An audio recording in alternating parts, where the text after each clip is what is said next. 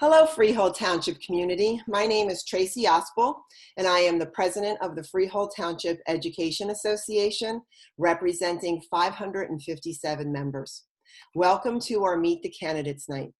This is a New Jersey Education Association sponsored Pride in Public Education event. I'd like to thank our FTA Pride Committee, Sandy Bavaro, Lisa Murata, Meg Cochran, and Lois Tarrant for their help in organizing this event. And I'd also like to thank our FTEA representative, Karen Parker, for her technical assistance. The FTA does not endorse candidates for the board's positions. We simply provide a platform for our resident members and the community to have an opportunity to meet the candidates running for the Freehold Township Board of Education so that you can make an educated vote. We are big on education.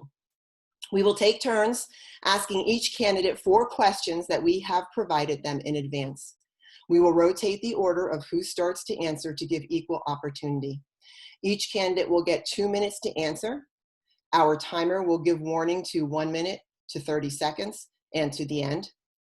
The timekeeper will let us know, and once they do that, candidates, please finish your answer. Mike Amoroso will not be able to attend, and he knew that, so he provided his answers to the questions, and they're going to be read tonight by Lisa Murata. And unfortunately, Mike Matthews had a family emergency and he will not be able to attend, but we will give him the opportunity to provide the answers to the questions, and we will email them to our members and put them on our website, which is fteanj.com. If the public would like to ask a question, please ask it in our private chat that we will be monitoring. And if this does not run too long and the topic hasn't been covered, we would like to ask your public questions. I'd like to introduce you to Denise King. She is the president of the Monmouth County Education Association, representing 14,000 members. Denise will be our moderator, and she'll be asking the questions and moving our night along. This is our first time hosting our event in a virtual format. We usually do this live, so fingers crossed that this will run smoothly. Ladies and gentlemen, Denise King will begin by introducing our candidates and begin our evening.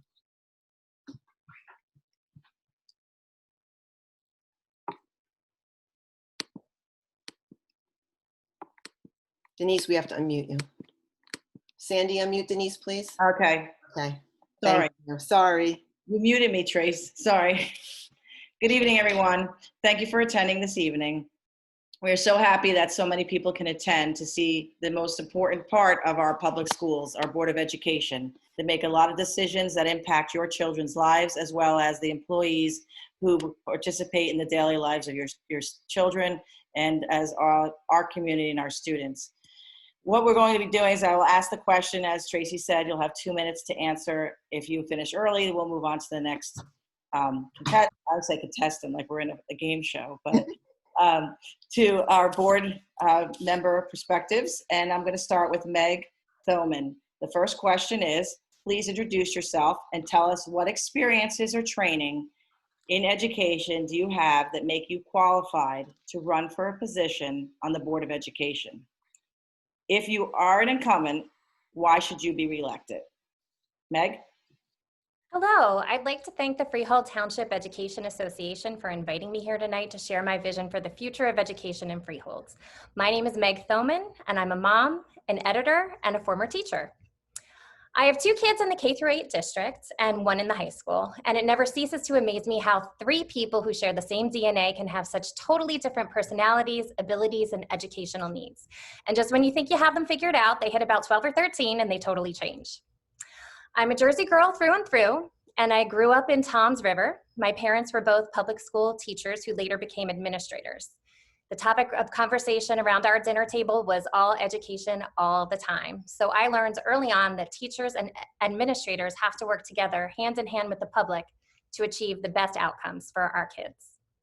I got my bachelor's degree from the College of the Holy Cross, and I spent my junior year abroad in St. Andrews, Scotland. Unfortunately, I was 5 years too early to meet Will and Kate. After graduation, I was accepted into the Japanese exchange teaching program, and I worked as a junior high school teacher in a small town near Osaka, where I taught 6th, 7th, and 8th graders. I've always been a reader and a writer, So after Japan, my husband Mark and I moved to New York, and I started my career as a magazine editor. And a funny thing happened to me really early on in my editorial career. I started organizing and managing everything from budgets to projects to people to deadlines. And I was really good at it. So they made me the managing editor. So these are the experiences that I bring to the table. I've seen the pros and cons of public, private, American, European, and Asian school systems. I have extensive experience with budgets and negotiations, and I'm the daughter of New Jersey public school teachers and administrators, and most importantly, I'm a mom. Thank you, Meg. Maggie Gerges, would you like me to repeat the question?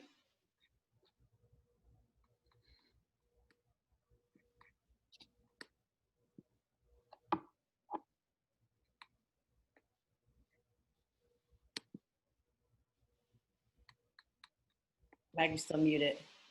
Sandy, could you unmute Maggie?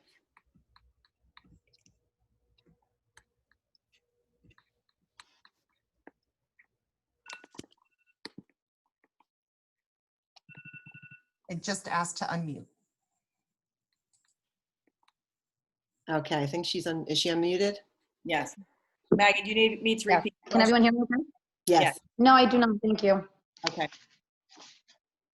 My name is Maggie Gerges. I am a mother of 3 students who attend West Freehold Elementary School.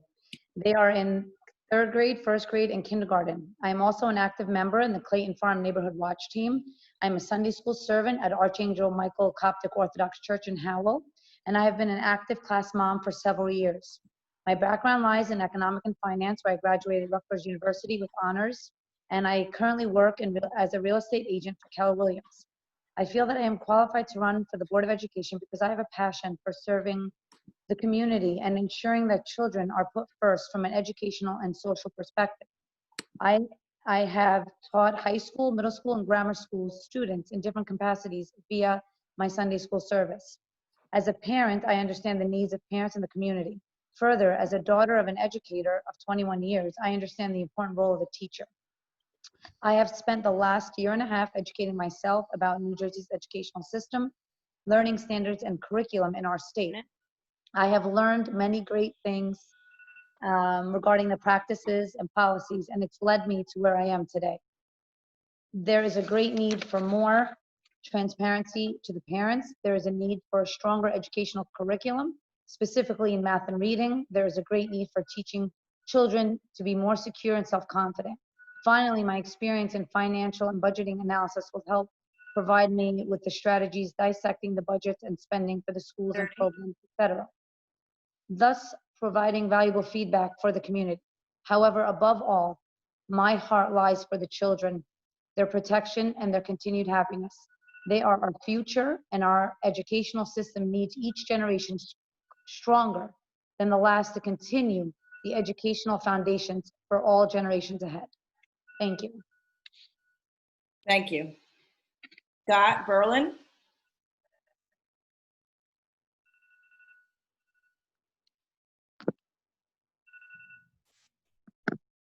Okay, I believe I am unmuted now. Thank you to the Freehold Township Education Association for inviting us to speak tonight.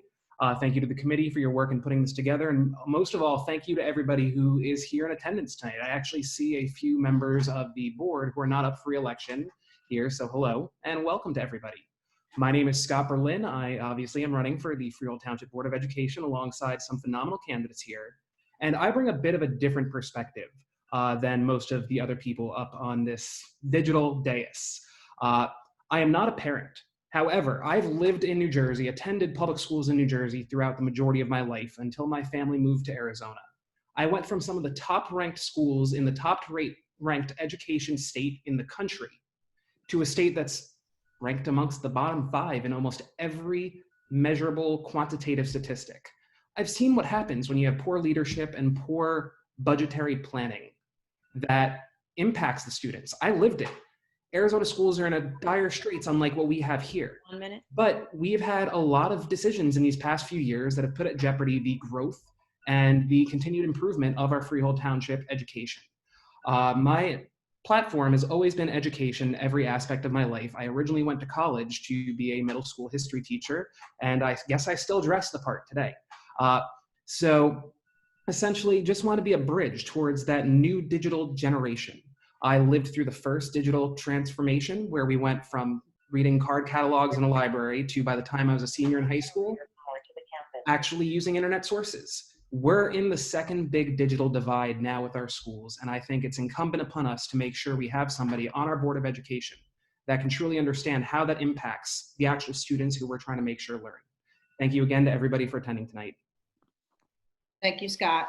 Michelle Lambert. Am I on? Oh, okay. I'm unmuted, correct? You're unmuted, yes. Go ahead. Good evening. Thank you, Tracy, and the fellow members of the FTEA for using your Pride Grant money on us. I am an incumbent. I have been on the Board of Education for 10 years. I put 3 children through the Freehold Township schools. My children are older now. My oldest daughter is 26, my son is 22, and my youngest is 19, and she's in college. I wanted to run for re-election on this board because I feel that we have come a really long way, and we have some great leadership in place now, and I want to work with that leadership to work toward the goals that we've started over the past several years in looking to complete them. Invested in Freehold Township's continued goal of providing the best possible education for our students, yet be fiscally responsible to the taxpayers. And I think we've tried to do that. We balance that. We recognize that with every decision we make, there are several stakeholders. Those stakeholders include your administration, your staff, your parents of the students in your schools, the residents of Freehold Township, your taxpayers, and most importantly, the students. So proud to be part of a system that has been working toward educating the whole child, from the social emotional learning to the physical learning, in addition to the educational aspect of what we've been providing our students. And I want to continue to be part of that model and continue to support that model. It takes time when you're on a board and every year with elections, sometimes the nature of the board changes. You have to forge relationships, working relationships amongst each other and with the administration, the community, or teachers. I would like to continue to move this district forward in the positive way I see it going. Thank you, Michelle. Cheryl Palu. Yes, hi, good evening, everybody, and thank you for giving us this opportunity to introduce ourselves to the community. My name is Cheryl Palu, and I'm a proud mom of 2 wonderful boys. I have a 3rd grader in West Freehold Elementary School and a 6th grader in Barcelo. We, along with my husband Dave, have lived in Freehold for the past 10 years, and I'm a member of St. Robert's Bellarmine Church, where I've been teaching religious education for the past 5 years. I'm also a committee chair for our local Cub Scout pack for the past 6 years. I have over 25 years of business experience in finance, budgeting, and global supply chain. I have proven leadership skills throughout my professional career. I've received my accounting degree from Brookdale Community College, and I graduated Phi Theta Kappa. And I spent 11 years at a telecommunications company working in the area of finance and budgeting. I then moved into the pharmaceutical industry, where I have gained 15 years experience in global supply chain, managing logistics and demand planning. When my son turned 2, I decided to become a stay-at-home mom, and I've recently received my real estate license and currently work as an agent with Keller Williams. I am running on the Child First ticket with Maggie Gurgis, because at the end of the day, we're moms who love our children, our schools, and our community, and are committed to excellence in education. And we want what is best for all children. And the best way to accomplish this is to get involved. This is why I'm running for Board of Education. Thanks. Thank you, Cheryl. And Mike Amoroso is not here, so we have a member to read everything for us. Go ahead. Hi, everyone. My name's Lisa Murata. You can hear me fine, correctly? Yes. Great, and I'm going to be reading Mike Amoroso's responses. His response to the question begins, my entire life revolved around education as my mother and father were both educators. Personally, I always took a keen interest in education, attaining both a bachelor's and master's degree in engineering. As an incumbent and having served for 9 years now, I think that during this critical time while our district is undergoing such challenges due to the COVID-19 pandemic, current and past knowledge of our district will help us tremendously. I have always maintained a very productive working relationship with our current administration and staff. If re-elected, I would like to focus on creating a clear path back to full-time in-person instruction while maintaining a safe environment for both staff and students. I would like to also participate in the evaluation of the next budget in order to protect taxpayers from the enormous burden faced by our high property taxes here in Freehold. Finally, I am concerned about the future instructional quality of our schools, namely the curriculum that will be implemented and how instruction will be delivered to our students over the next few years during these challenging times. Thank you, Lisa.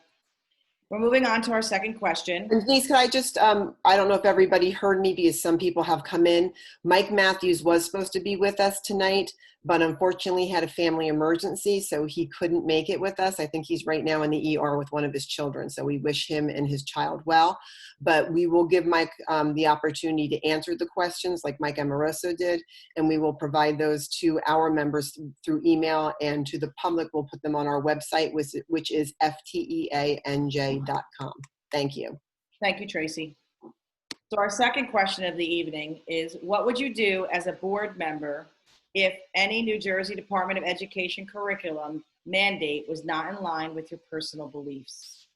And we'll start this time with Cheryl. Thank you. My personal belief, nor anyone's personal belief, should be a factor in determining school curriculum mandate or policy. However, any curriculum mandate or policy should never violate parental rights, get in between parent and child, or teachers' rights, or violate individual rights based on our state or federal constitution.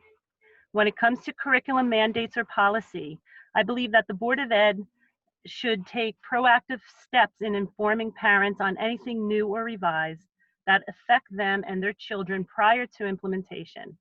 In today's demanding environment, it has become difficult for parents to get to monthly board meetings, and thumbing through an exhaustive list of agenda items to see what's happening in their schools is not a realistic expectation in today's world.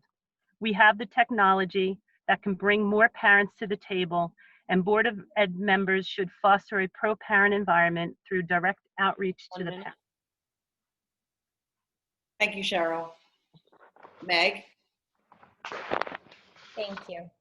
Well, I'm running for the Board of Education to serve all of Freehold students and families. I'm running to support our excellent staff and administrators. I'm running to help craft the best policy for our schools. I'm running to ensure that our budget's focus remains centered on the students, but I'm not running to impose my personal beliefs on the district. First of all, that would be totally unethical. All board members have to abide by the School Ethics Act, and for good reason. It prevents board members from going rogue or acting in a self-serving way. And as a board member, I will abide by that code of ethics by making decisions that meet the individual needs of all of our kids, regardless of their ability, race, religion, gender, or social status.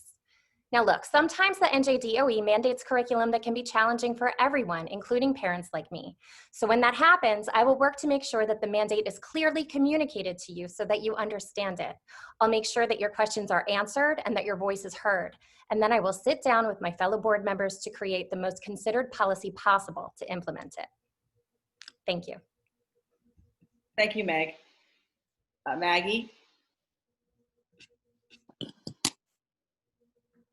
Thank you.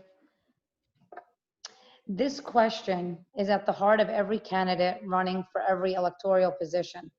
As a Board of Education member, it is our responsibility to serve the people in our best capacity. That would mean researching and learning more about curriculum mandates and making the best decision for all of the students and faculty. That would involve getting out there, understanding your community, the parents in the community, the educators in the community, and really understanding what they want and communicating that back to the Board of Education. I am a believer of education, not indoctrination. Thus, I would hope that the curriculum mandate initially was in the best interest of the children. Thank you. Thank you. Scott? Yes, hello, thank you. This one's very simple for me. My personal beliefs are aside from what the role of a Board of Education member is. My personal beliefs will never stand in the way of implementing curriculum that is mandated by the state. It, after all, is what we are here to do, teach children. And if the state says this is what we need to teach, then that is going to be part of our curriculum. Thank you, Scott. Michelle? I echo what Scott is saying. The question specifically states, as a board member, what would you do? As a board member, my role is to ensure that the district is well run and that the district is following the policies that are in place. If there's a state mandated curriculum that has to be implemented, it will be implemented. As an individual, I have my right to speak with my legislators and representatives at the NJEA, NJDOE, and that's the only place where I can impose my personal beliefs regarding any piece of curriculum. Sometimes as board members, in ensuring the policy is well run, we have some leeway in how we can implement the curriculum and decide on that policy. But my personal beliefs, have no place in that. As an attorney, I'm very used to analyzing things from all angles, from an objective standpoint, and my personal opinion on it really does not come into play. Thank you, Michelle. Lisa, for Mike Amoroso? Mike was kind to me. This answer is brief, but to the point. The role of a board member is to implement all NJDOE mandates. We are not empowered as board members to challenge the law, as that is not our duty. Board members are a policy-making board to the extent that we approve policy that works within NJ laws. We are not a legislative body.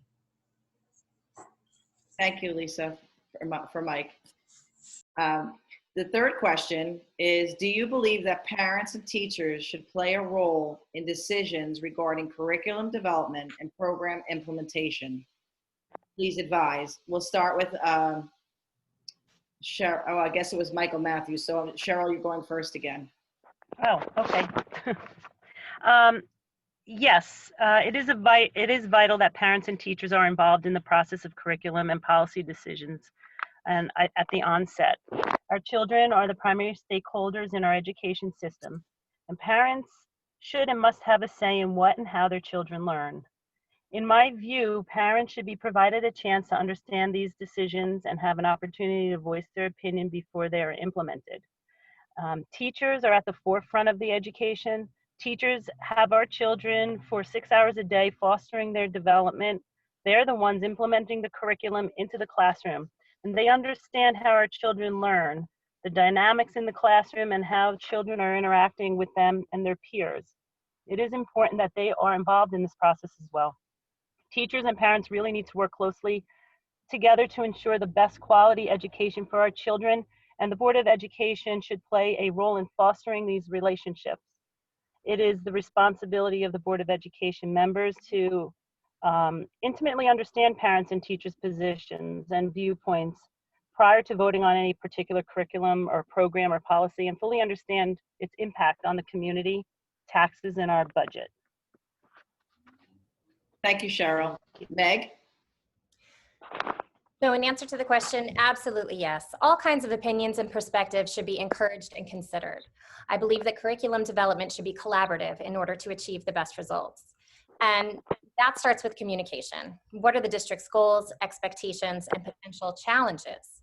Teachers are on the front line every day and are our greatest resource. Their input is vital. Is the curriculum working across all grade levels? Do they feel that they are getting enough professional training? What is working and not working in their classrooms? What are their suggestions for how to improve?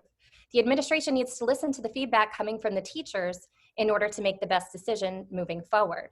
But that's only one piece of the puzzle. How is the curriculum affecting the students at home? Have the parents been made aware of the goals and the expectations from the district? Have those goals and expectations been distilled down to grade level and communicated with the parents? Feedback from the students and parents is essential for achieving success. We need to constantly evaluate our performance and progress. Teachers and students are regularly evaluated, and administrators should be held to the same standard. My career has been marked by communication, collaboration, and cooperation. The teachers, administration, parents, and the board need to work together to reach our goals. Thank you. Thank you, Meg. Maggie? Thank you. Absolutely. Parents need to understand what and how children are learning, especially if these topics may contradict with home value systems. Further, their involvement would allow them to be prepared to discuss these topics prior to them being introduced. Even if the topic is state mandated, this would give each parent/guardian a chance to be proactive versus reactive. Additionally, teachers want what's best for the children. They're the ones implementing the curriculum on the front lines. They understand the classroom, the students, and the dynamics. They should certainly play a critical role. Thank you, Maggie. Scott? I guess we're all in agreement here. I agree that absolutely teachers, parents, everybody that can be involved in program and curriculum development should be. As Meg said, the more people that we can have, the more voices and perspectives we hear, the better a program that we can iron out. Going back to a bit of what the incumbent who's here tonight said, Michelle Lambert, there are various stakeholders that the Board of Education serves. We're talking about teachers, we're talking about parents, we're talking about tax holders, we're talking about administration. And the more people we can get sitting at the table when it comes to actually developing programs and implementing curriculum, the better. The Board of Education is looking at things largely at a macro level versus a micro level of actual day-to-day implementation. There's one thing where you can develop a program, have a great idea, but when you hear back from teachers, their perspective of what actually works from it, parents, what their kids are saying, the value they're getting from it is. That is a completely different perspective that just as a board member making the decision, you don't necessarily have. And at the end of the day, no two children are going to have the same reaction. So the broader perspective that you can obtain, absolutely the better. Thank you, Scott. Michelle? I'm going to echo the sentiments of what most people already answered. Absolutely, yes. Parents and teachers have to have a role in the curriculum implementation. As one of the previous candidates mentioned, the teachers are the people on the front line with the students. So if we're piloting a program, it's those teachers that are doing it. They're going to know what's working, what isn't, what needs to be changed. And part of that is the partnership that our teachers have with the parents in our community. If a parent sees a child struggling at home with a certain component of the curriculum, and that parent has to have a constant communication line open with the teacher.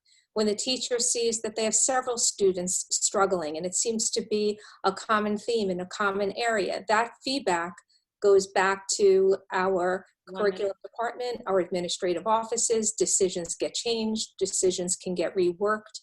So yes, the short answer is everyone needs to play a role in how curriculum is implemented. But that role needs to start with a collaborative nature, not several different units coming at administration from all different angles. I think it starts at the bottom, the organic approach, student to teacher, parent to student to teacher, and it needs to move up from there from the feedback. Thank you, Michelle. Lisa from Mike Amoroso. Absolutely. I think that fundamentally, parents and teachers should be working collaboratively to create curriculum. By working together, the student experience will be brought up to the greatest level when all of the stakeholders are providing input and seeing the results with their students. Thank you, Lisa. Now, the fourth question, and then if we have time, we'll get some questions from the public. What value do you view the role of an educational support professional for students' success, and how will you work to protect these employees from privatization? And we're going to start with Michelle.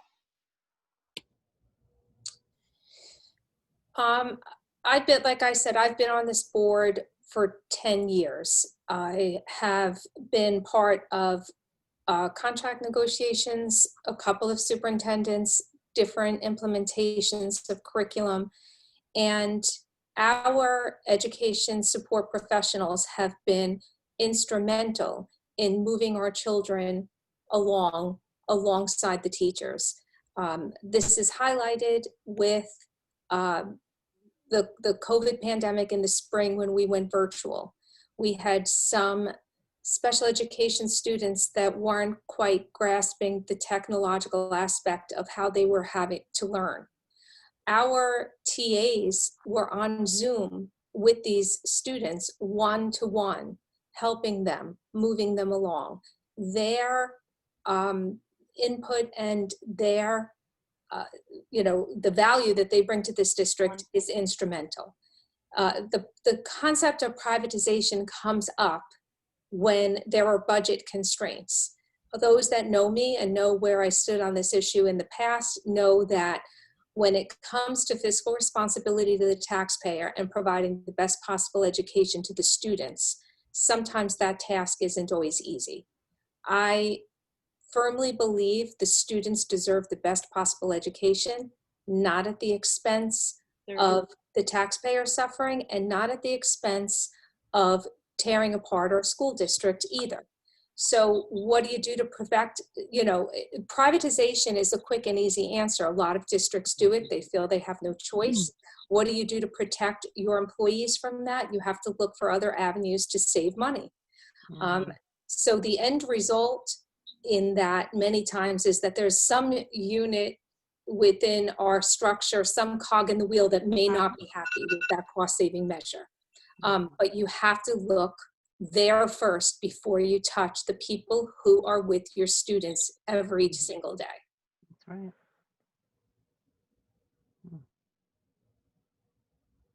Cheryl? Yes, hi. I believe that the educational support professionals play a critical role to the success of our schools and the education of our children. I feel that privatization could alter that seamless integration of vital services that they provide, having a negative effect. It may look good on paper, but for me, this is a security and safety issue as well. It's important that we know the people that work in our schools and who are in direct contact with our children every day. Further, most of these jobs are filled by people from our community. They care about what they do and they take pride in our schools. They have a vested interest in keeping our schools great. I understand that budgets are important, but sometimes money is not the only indicator on whether or not something is a good idea. Thank you. Thank you, Cheryl. Meg? So I sent my youngest to a parochial kindergarten who used a private bus service, and they lost him on his first day of school. So you know that feeling when your baby goes on the bus for the very first time and you can't wait to get him home and hear all about his day? Well, I went to the bus stop, 10 minutes, 20 minutes, 30 minutes go by, and I start getting nervous. I'm trying hard not to panic, but at 40 minutes, finally at 45 minutes, I called the school. And they have no idea. They have no idea what bus he's on. They have no idea what the driver's name is. They gave me the number of the busing company who, when I finally get through to somebody, tell me not to worry, he'll turn up eventually. And that's when I tell them that they better find my 5-year-old or the next call I make will be to the police department. A few minutes later, I get a call from the bus driver who tells me he thinks he's in Marlboro. He's not really sure. He doesn't know how to get to my house, and he asks me to come and get my son. And this is just one example of what happens when educational support professionals are outsourced. So TAs, office staff, transportation professionals, and especially right now school nurses, custodial personnel, and tech support are vital members of our community. They are our neighbors and the foundation of our system. They know our children, they know our families, and they provide a level of personalized care that cannot be outsourced. And this is particularly true for our most vulnerable students in self-contained classrooms. The need for consistency and routine is vitally important for their progress. I think that we can be creative in terms of finding ways to expand revenue streams for our budget. You know, that might be expanding some of these special education services, which we are already providing. We are attracting tuition paying students from surrounding communities. I think that could be expanded. I think that it's high time we had solar power on our buildings to offset some of the operating costs. And I think we can explore some public-private partnerships. Thank you. Thank you. Scott? Oh, wait, I'm sorry, Scott. I misspoke. I think Maggie's next. Thank you. Education support professionals such as our teachers, aides, para, educators, administration, the food service, the custodians, etc. They play a vital role and a pivotal role in the success of each child as well as each public school building on many different levels. Simply put, privatization will not work. I think if I echo the sentiments of the other candidates, you know, if we take a step back, yes, this will definitely help in terms of budgeting, and we will, you know, profit from saving so much money. But we also have to think, what are we going to lose? And I think we're going to lose the, you know, having, you know, the same face for our children to see day in and day out in the buildings. We're going to lose local jobs. We're going to lose, you know, just the loyalty that local personnel have for working in their public school systems. So yes, privatization may reduce costs, but it would also reduce the quality of the services being put for our children on different levels. We will also lose a lot of control of the training that we would provide for these individuals. Now, simply put, I'm against privatizations of ESPs. Thank you.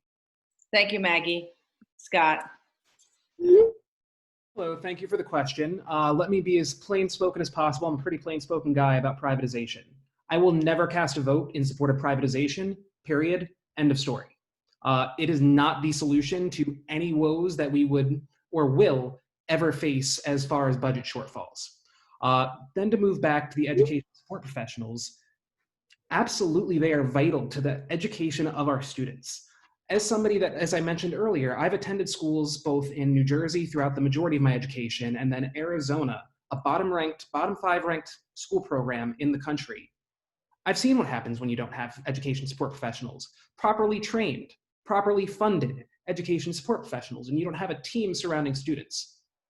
It's just not a viable option when we are one of the best ranked school districts in one of the best ranked education states in the country.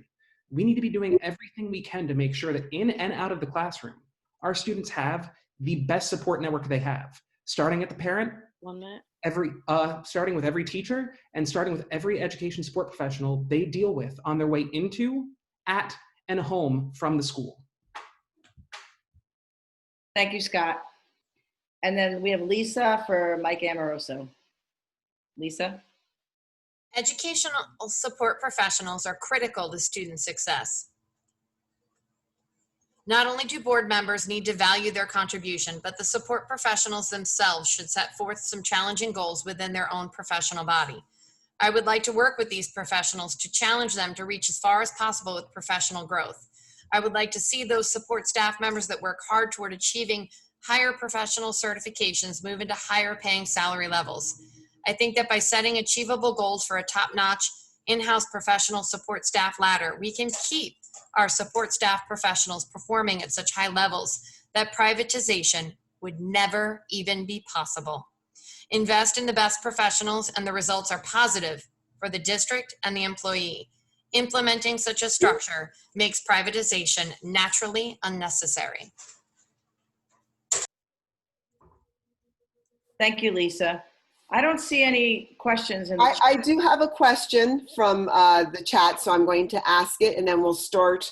You know, like I said, Denise, you can decide, you know, where we're going to start. But the question is, what do you feel are the 3 top concerns that you would have for the educational system as a board member? Okay, we will start with Scott. Thank you. So the three top concerns I view as if I was elected to the school board would be number one, and this I believe is the top question for everybody in and out of the community: the reopening of schools and where we go from here. In-person learning, at-home learning, as well as any hybrid going forward. And that is one of the biggest reasons that I am running. Like I mentioned earlier, I grew up during the first digital divide of our education. When I started school, my schools didn't have computer labs. By the time I was in middle school, they were retrofitting our schools with computer labs. And by the time I was in high school, we ditched the card catalogs and started actually using Encarta and internet sources for our research papers. And for any of our history nerds in here, for our document-based questions for our AP exams. But we're facing a second big educational digital divide. And that's one of the unique perspectives that I think I would serve as would benefit me serving on the school board. Number two, as always, is going to be the budget. 1 minute. Right now, especially with everything going on with the COVID-19 pandemic, businesses shutting down and people worrying for their jobs, we're going to have a major budget question. We're going to have major budget questions come next year as to what our next fiscal year is going to look like. I think my personal perspective as a small business owner, as somebody that writes large scale budgets, that would be very beneficial. My third issue would definitely be making sure that a lot of the things we've talked about tonight are actually seen through, making sure we don't have any, luckily we don't have to have the question of privatization, it seems, from anybody both on the board currently or anybody on this dais. Making sure that we do provide the level of support we need for our education support professionals, making sure that we do have community input for our curriculum and development programs, because it seems with the New Jersey Assembly and New Jersey State Senate, we keep getting additional mandates. So making sure that we thoroughly, thoughtfully, and fruitfully implement them as needed. Thank you, Scott. Michelle? The three things. I would say the top three things we would need to look at over the next year would include student assessment and analysis being number one. Delivering an effective education during the pandemic highlighted the strengths and weaknesses of technological learning for students. And as a district, we need to help explore how we can prepare our students for a possible future threat and how we can still deliver a quality education at the same time.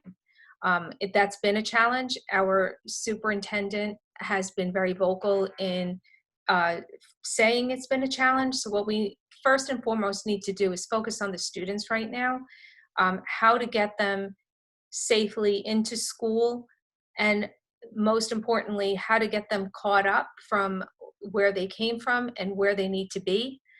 With the abrupt school closure and full reopening, the other issue was the misinformation that was put out there by several people. So it made it very clear to us board members that transparency with the community and the parents and the residents of Freehold Township were crucial in preventing the chaos that misinformation brings.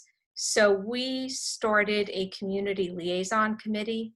I think that's a challenge in education. Transparency has been a challenge not only in our district, but other districts. So I think that getting community buy-in and community involvement into this community liaison committee with our board member representatives and our administrative representatives would be very helpful, because we will need that during the second and third phase of our reopening. And like Scott said, many of the taxpayers in our district suffered financial hardship during the pandemic, and the repercussions of that hardship are ongoing. So now more than ever, fiscal prudence needs to be maintained while trying to ensure a quality education. We looked at revenues and continue to do that. We need to move on to Cheryl. Thank you again, Michelle. Cheryl? Yeah, hi. Yes, three critical things that I feel that we should definitely, I'm sorry. I'm losing my.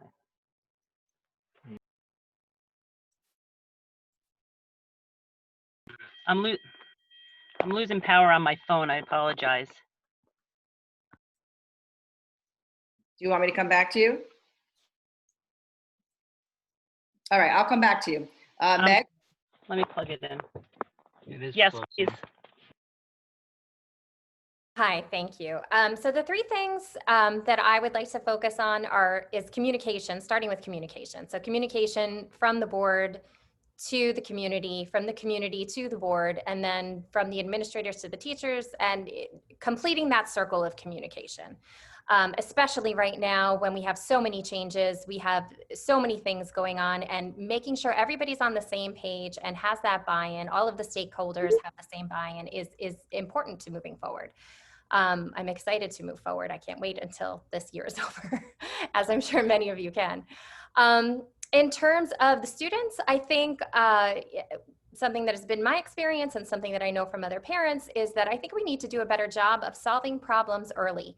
So I think sometimes some kids, we're taking too long to identify some learning issues where I think we would be better served. We would save a lot of time. We would have better outcomes if we had an earlier intervention. The third thing that I wanted to mention is that, we are in an age of technology. There's definitely no going back with that. It's with us. It will be with us going forward. But one of the things I'm concerned about is making sure that technology remains supplemental and that teachers are teaching.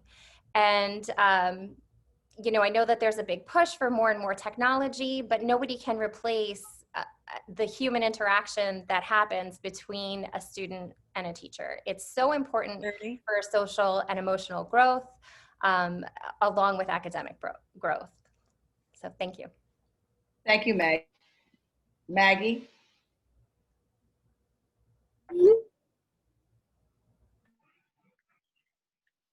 Hello? Okay. Maggie, you're up, yes.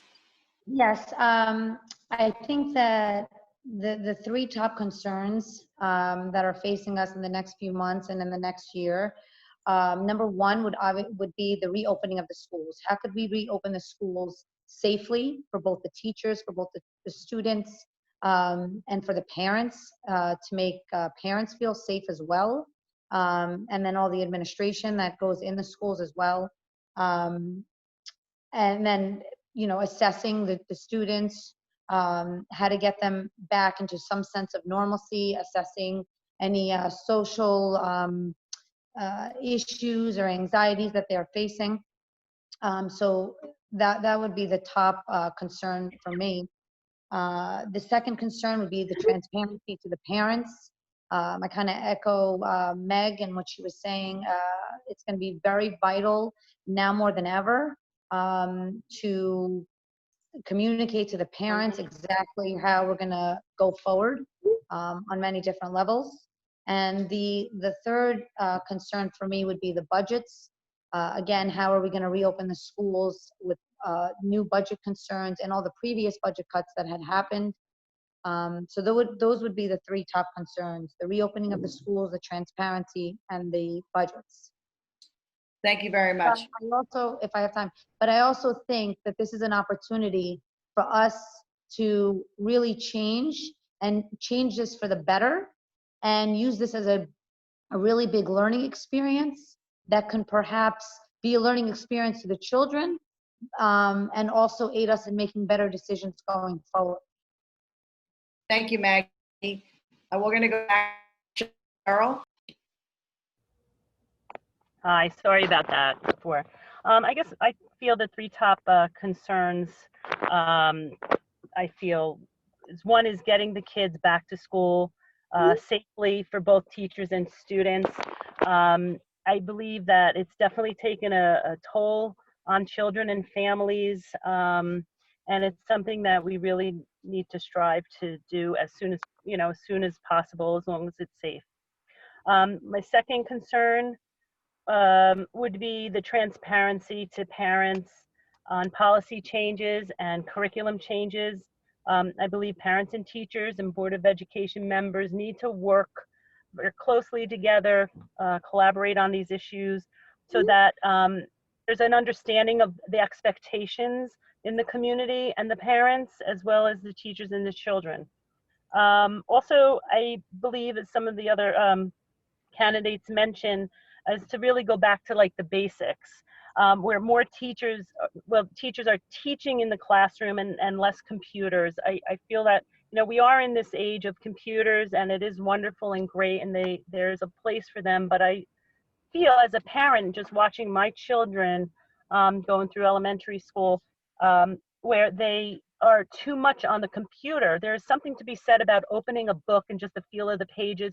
Writing, I feel writing is a lost opportunity for us, as educators. I think that, things of that nature. So less computer time and more teachers teaching. Thank you. Thank you, Cheryl. Lisa, I'm not sure if Mike Amoroso has something. No? Okay. So Denise will go to the closing statements then? Yes. So we'll start actually with Maggie for your closing statement.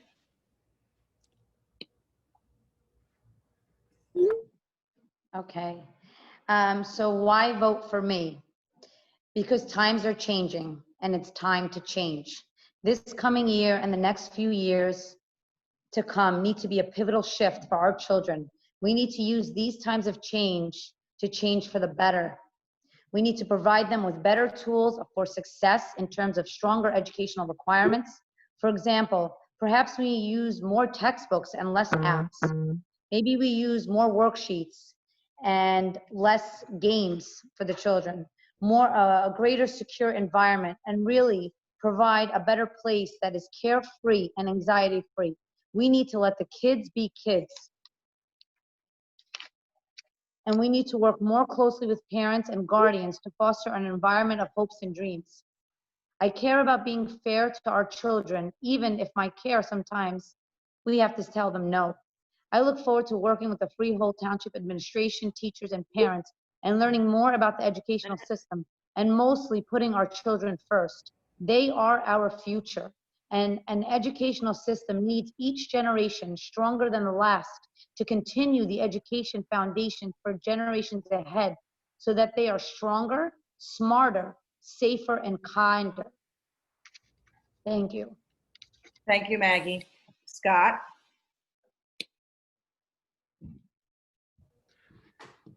Again, thank you to the Freehold Township Education Association for hosting this event tonight. Thank you to the committee for putting this together, and thank you to everybody for coming. And if you're watching this on the website, hello to the future. The big reason I'm running, and it's the slogan on my ballot designation, is moving education forward. Education today, how children learn, is different today than it was 20 years ago, than it was 50 years ago, than it was 100 years ago, than it was 300 years ago when we were mainly an agrarian society. I've lived that digital divide.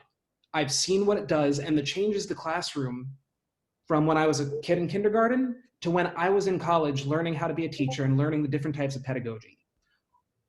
We need somebody that can advocate both for the teachers, the students, the parents, the administration of what these changes actually mean, what the costs represent in those changes, and how to get it done. That's why I'm running. I think I can be that person that can actually help put all of these puzzle pieces together into one cohesive unit as policy for the Freehold Township Board of Education. So if you think that's what we need for our education, I'm your guy. Thank you, Scott. Michelle?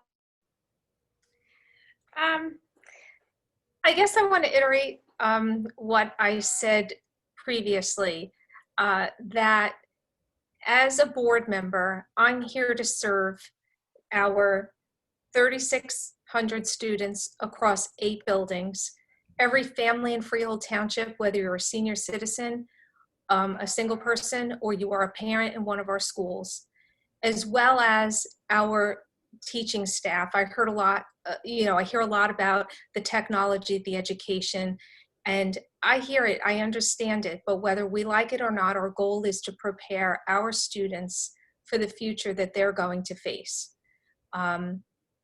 These teachers have been met with several challenges in how to incorporate the digital world that our students are expected to be placed in come high school and college, with a curriculum or a textbook that might be antiquated. They're trying to marry both worlds. So I truly believe that we have a strong administration in place who's trying their best to work well with the teachers that we have. If you have those two components, you have a happier district. A happier district creates happy, well-educated children. So I would like the opportunity to continue to represent all our stakeholders. And as our BA can tell you, I am very budget conscious. Probably not his most favorite person at budget time or anybody's, but that's our job. We, like I said, we represent all the stakeholders, and I would like to continue the good work that I believe we've started over the past year or two. Thank you. Thank you, Michelle. Cheryl? Hi. Yes, over the past year and a half, I've been educating myself on the school policies and New Jersey learning standards and general processes, and I've learned a great deal. This, coupled with my background in finance and budgeting, general management, I believe I would bring valuable experience to the Board of Education.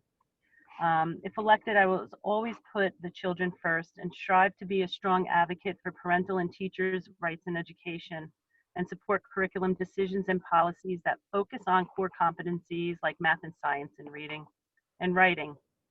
And I would look forward to working with the Board of Education, teachers, and administration if I were to be elected. It would be an honor to serve in the community in this capacity. Thank you. Thank you, Cheryl. Okay. I thank you. Well, to reiterate, I'm a mom, I'm a former teacher, I'm the child of educators, and I've advocated for my own 3 children whose educational needs have been completely different from one another, and I would like to advocate for your kids too, because I believe in meeting children where they're at and making sure that they're progressing and they're moving. And I want to be able to hold our district and myself accountable to making sure that that happens for every child in our district. I feel that my skills as a writer and a professional communicator can be of service, especially right now, given the situation that we're in. And I think that about sums it up. Thank you so much for having me tonight. Thank you, Meg. Lisa, do we have anything from Meg Lamoroso? I was just skimming through and I don't notice a closing statement here. So no, I apologize. We do not. Thank you, Lisa. So I want to thank the candidates for coming this evening, and the also over 80 participants who've been on watching and listening to us this evening, which is great. I really appreciate that time that they've taken. As you know, as I said earlier, the Board of Ed is an integral part of the educational process. Without them, all the things that we asked today wouldn't come to fruition. The curriculum, the budgets, this hybrid learning situation. So this is a very big decision. Our children are our future, and we want to make sure that we have good people in place. So I want to thank all of you for attending this evening and answering our questions. They were very thorough and really positive I think it's going to be a tough decision for the population of Freehold when they come to choosing their next Board of Education. So I'm going to turn it over to Tracy. Thank you so much, Denise. Denise King, president of the Monmouth County Education Association. Thank you so much for being a wonderful moderator tonight for our discussion. We wanted to keep this to a 1-hour event, and we are very close to doing that. So again, thank you to all of our candidates. We have a very long history here. I have been president of this teaching association for 14 years. And we have a very long history here of working very well with our Board of Education and our administration and our community. And it's nice to see that all of the choices that we have before us to run for the Board of Ed would fit right into that method that we've been having in our district of Freehold Township. It's what makes Freehold Township so good. So thank you to all my members who logged on tonight so that you can be educated on your vote. Thank you to the community and candidates. Be well, community members and my members, be well, and good luck, and don't forget to vote on November 3rd. Thank you so much, everyone. Good night. Thank you. Good night. Good night. Thank you, Tracy. Good night, everybody.